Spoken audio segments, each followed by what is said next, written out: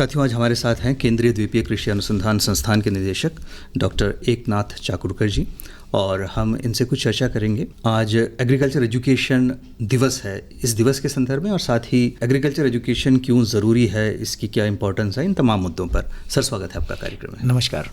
Sir, ये जो आज एग्रीकल्चर एजुकेशन डे हम मना रहे हैं, तो सबसे पहले तो आप बताएं कि ये क्यों मनाते हैं, क्या इंपॉर्टेंस है इसका। भारत के प्रथम राष्ट्रपति भारत रत्न डॉक्टर राजेंद्र प्रसाद जी जो थे, जो स्वतंत्र भारत के कृषि मंत्री भी थे, उनकी जन्म जयंती पर भारतीय कृषि अनुसंधान परिषद ने यह तय कर लिया कि हम एजुकेशन डे फॉर एग्रीकल्चर, क्योंकि इसके बारे में बहुत सारे लोगों को पता भी नहीं है, तो इसका प्रचार करने के लिए और उनकी कृषि को रुचि को आदर दिखाने के लिए ये दिन मनाने का तय कर लिया है। तो पिछले 4-5 साल से पूरे भारतवर्ष में हम एग्रीकल्चर एजुकेशन डे, जो कृषि शिक्षण दिवस हम बोलते हैं, मनाते हैं। बिल्कुल। डॉक्टर साहब, जहाँ तक कृषि का सवाल है, इसकी अहमियत से सभी वाकिफ़ हैं। हर नेता, हर वैज्ञानिक एक ही बात करता है कि भारत कृषि प्रधान देश है, और ये बात बिल्कुल सही है। जब भी हमारे यहाँ वातावरण चेंज, या बारिश कम हो जाए, या सूखा पड़ जाए, या बारिश ज़्यादा आ जाए, बाढ़ आ जाए, टेम्परेचर में गिरावट होती है, बढ़ता है, तो सबसे पहले अगर क्या प्रभावित होता है तो कृषि होती है। जो अनरिलेटेड फील्ड हम जिसको बोल सकते हैं, किसी मेडिकल डॉक्टर को बोला कैसा चल रहा है आपका हॉस्पिटल, बोलते नहीं ये बार बारिश ठीक नहीं है, खेती ठीक नहीं है, इसलिए हमारा ठीक नहीं चल रहा है। मतलब पूरा जो हमारा अर्थ कारण है देशों का, जो 70% जनता तो हमारे देहातों में रहती है, और उनका 70 से ज़्यादा प्रतिशत जो लोग हैं खेती से जुड़े हुए हैं। अगर कृषि ठीक नहीं चलेगी तो अर्थव्यवस्था भारत की नहीं चलेगी। ये तो कृषि का महत्व हो गया। अच्छा, हम एग्रीकल्चर का हमेशा बोलते हैं कि एग्री इज ए कल्चर, हमारे संस्कृति का एक हिस्सा है। अन्न के सिवा हम रह नहीं सकते हैं, और ये अन्नदाता बनाता है जो कृषि है। जी हाँ। तो कृषि के सिवा तो मुझे लगता है भारत क्या दुनिया में किसी देश का, किसी मानव जीव का चल ही नहीं सकता है। डॉक्टर साहब, जहाँ तक कृषि का सवाल है तो वक्त के साथ इसमें भी बदलाव आ रहे हैं।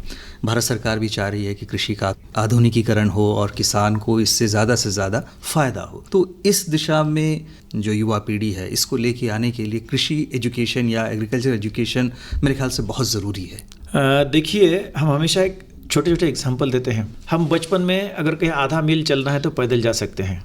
जब हमें 4-5 किलोमीटर चलना है तो हमें साइकिल की आवश्यकता भासती है। जी हाँ। हम साइकिल तो दुकान से ले लेते हैं, लेकिन चला नहीं पाते हैं, क्योंकि वो भी किसी के साथ हमें सीखना पड़ता है, उसका शिक्षण लेना पड़ता है, ज्ञान लेना पड़ता है कि बैलेंस कैसा करें, उसके साथ कौन से हिस्से होते हैं, पुर्जे क्या होते हैं, हवा निकल के तो कहाँ भरनी है, पंक्चर तो कहाँ से करवाना है। मतलब एक छोटी सी चीज़ है। प्रशिक्षण के बाद ही हम साइकिल चला पाते हैं।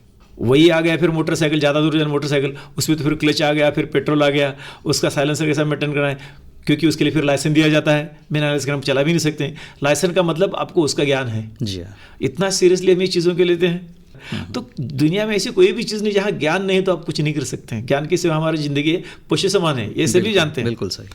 उसी तरह जब हम बोलते हैं कि हमारे अगर संस्कृति का हिस्सा, भारत के अर्थशास्त्र का बैकबोन अगर एग्रीकल्चर है, तो बिना ज्ञान का उसमें तो हम कुछ कर ही नहीं पाएंगे। पुराने ज़माने कहते थे कि अगर खेती में डालना है तो पहले 10-5 साल वो बच्चों को साथ में पिताजी लेके जाते थे, उसकी जानकारी देते थे। आजकल अब जब आधुनिक युग में चल रहे हैं तो उसमें भी हमको उसका आधुनिक ज्ञान भी देना पड़ेगा, क्योंकि हमको पैदावार बढ़ानी है, उसके साथ उसका लागत कम करनी है, हमको इनकम बढ़ाना है, पर्यावरण के साथ भी चलना है, तो इकोलॉजी का ध्यान रखना है, एग्रीकल्चर का ध्यान रखना है। तो ज्ञान के सिवा तो होने वाला नहीं है।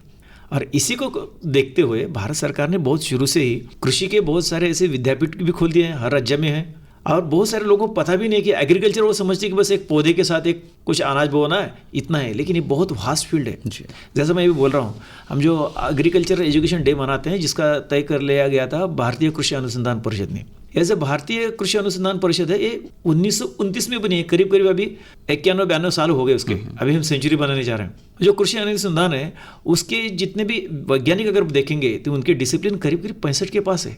हॉर्टिकल्चर एक हिस्सा है, एनिमल साइंस एक हिस्सा है, फिशरीज एक हिस्सा है, एग्रीकल्चर इंजीनियरिंग है, एग्रीकल्चर एजुकेशन है, कि एग्रीकल्चर सिखाने का से ये भी एक तो कला है। जी हाँ, जी हाँ। मोटे पे हम देखें एग्रीकल्चर में एग्रोनॉमी अलग है, वेजिटेबल साइंस अलग है, पोमोलॉजी अलग है, फिर एंटोमोलॉजी अलग है, प्लांट पैथोलॉजी अलग है। इतने सारे उसमें डीप नॉलेज में जाना पड़ता है, तब जाके हम उसके बारे में स्टडी कर सकते हैं।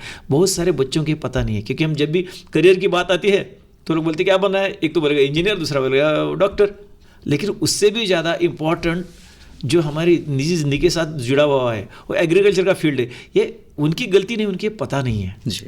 तो ये पता करोगे देने के लिए और इसका प्रचार करने के लिए ये डे मनाया जाता है। हमारे देश में जो एग्रीकल्चर एजुकेशन का सेटअप है मोटे तौर पर कैसा है? हमारे यहाँ एजुकेशन का सेटअप पहले तो स्टेट एग्रीकल्चर यूनिवर्सिटीज है, हर एक राज्य में एक स्टेट एग्रीकल्चर यूनिवर्सिटीज है।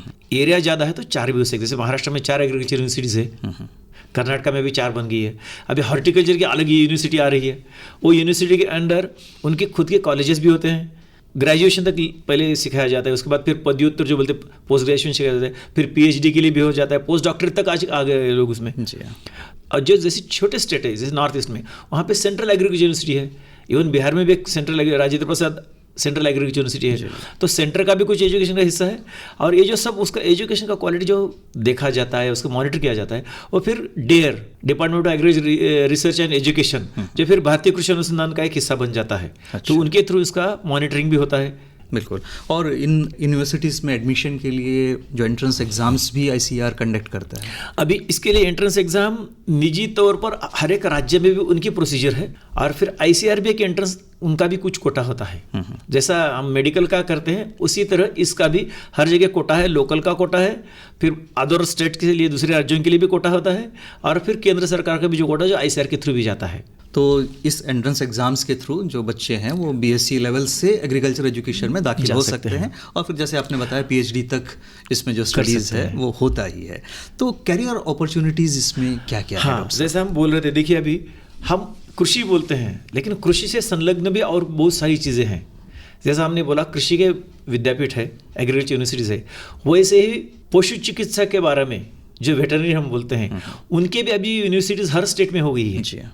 उनकी आज डिमांड इतनी है कि जहाँ अगर हमको यहाँ कहीं कभी ये वेटरनरी चाहिए काम के लिए तो नहीं मिलते हैं, उनकी शॉर्टेज है। इसलिए नए नए कॉलेज खुले जा रहे हैं, क्योंकि वो मेडिकल के बराबर माना जाता है। 5 साल का कोर्स होता है, 5.5 साल का इंटर्नशिप। तो उसमें भी अगर देखा जाए तो खाली फील्ड में ट्रीटमेंट का एस्पेक्ट एक भाग नहीं है, क्योंकि इतने सारे जानवर हैं हमारे, उनके ट्रीटमेंट के लिए डॉक्टर बनते हैं। फिर उनकी अलाइड सेक्टर्स भी है, जैसा हम बोलते हैं वेटरनरी में एक तो मैनेजमेंट अलग हो गया, उसमें अगर हमको बताएंगे मेडिसिन अलग होता है, सर्जरी अलग होता है, लाइफ स्टॉक मैनेजमेंट अलग होता है, उसमें भी पैथोलॉजी अलग होता है। जी जी। तो 13 से करीब 14 करीब उसकी भी डिसिप्लिन्स है। हर एक में आपको फिर रिसर्च का भी प्रावधान बहुत है, रिसर्च की अपॉर्चुनिटीज़ है। जितने कॉलेज वहाँ प्रोफेसर आप बन सकते हैं, फील्ड में वेटरनरी डॉक्टर बन सकते हैं। सेम उसी तरह फिशरी में भी है। फिशरी के में फिश ब्रीडिंग अलग है, फिश न्यूट्रिशन अलग है, फिश हेल्थ अलग है, इनलैंड फिशरी अलग है, समुद्र की मछली पालन अलग है, खारे पानी के अलग है, मीठे पानी के अलग है। इतने सारे फील्ड है, अपॉर्चुनिटी इतनी ज़्यादा है, बस उनको आंख ओपन करके बाहर क्या है देखना है और स्टडी करना है कि हम कहाँ जा सकते हैं। क्योंकि हम हमेशा बोलते हैं शिक्षण में एक बात देखनी बहुत जरूरी है, जो एजुकेशन लेते हैं उसमें हमको खुद को भी रुचि चाहिए, और हमारे रुचि के हिसाब से अगर हम कोई तय करें, लेकिन वो रुचि डेवलप कब होगी, जब हमें पता होगा। और जो एग्रीकल्चर स्टडीज़ हैं इसको करके ना सिर्फ नौकरी ले सकते हैं बल्कि नौकरी दे भी सकते हैं। बहुत सारे एग्री एंटरप्रेन्योर्स हैं, बहुत सारे व्यवसाय खोले जा सकते हैं। इसी में हम वही बोलते हैं जो अलाइड एक सेक्टर जो में है, और दूसरा सेकेंडरी एग्रीकल्चर भी आज कहा जाता है। जैसा अगर समझो मैं बोलता हूँ, एक सिंपल सा एग्जाम्पल है, कोई ग्रेप फार्मर है, वो अंगूर उगाता है, वो ज़्यादा से ज़्यादा किसी बागवान को बेच देगा, उसका अलाइड सेक्टर वालों कोई वाइन बनाने आएगा, कोई उसका रेजिन बनाने वाले आ जाएगा, तो एक अलग ही इंडस्ट्री बनती है। तो वो एक ज्ञान अलग होता है, तो उसके ऊपर आप काम करते हैं, क्योंकि ये चीज़ एक्सपोर्ट हो रही है। भारत विश्व का सबसे बड़ा मसाले पैदा करने वाला देश है। करीब करीब दुनिया के 50% मसाले भारत पैदा करता है। ऑफकोर्स उसमें से 80% वो खुद खा लेता है, और 20% में हम जो आय मिलती है हमारी, सबसे ज़्यादा दुनिया की आय हमको मसाले की भारत को मिलती है। अगर उसको हम बढ़ा दें, अच्छा जैसे सेकेंडरी एग्रीकल्चर बोलते हैं, हम मसाले बनाते हैं, लौंग है, इलायची है, ये तो एक डायरेक्ट मसाले हो गए। आजकल उससे ब्लेंडिंग करके अलग मसाले बन रहे हैं, उसकी इंडस्ट्री प्रोसेसिंग अलग बन जाती है। लौंग का तेल निकालना वो एक अलग है। तो ये सब इतने सारी चीज़ें हैं, मतलब बहुत डाइवर्सिफिकेशन है इसमें। प्रोसेसिंग इंडस्ट्री अलग है जो एग्रीकल्चर और अलाइड सेक्टर से जुड़ी, उसकी मार्केटिंग और अलग आएगी। बिल्कुल, वो भी एक करियर हो सकता है। इसमें एग्रीकल्चर की MBA बन गया आज, हैदराबाद नाम के अंडर एक कॉलेज आता है, एग्रीकल्चर का स्पेशली MBA बनाते हैं। बिल्कुल सही।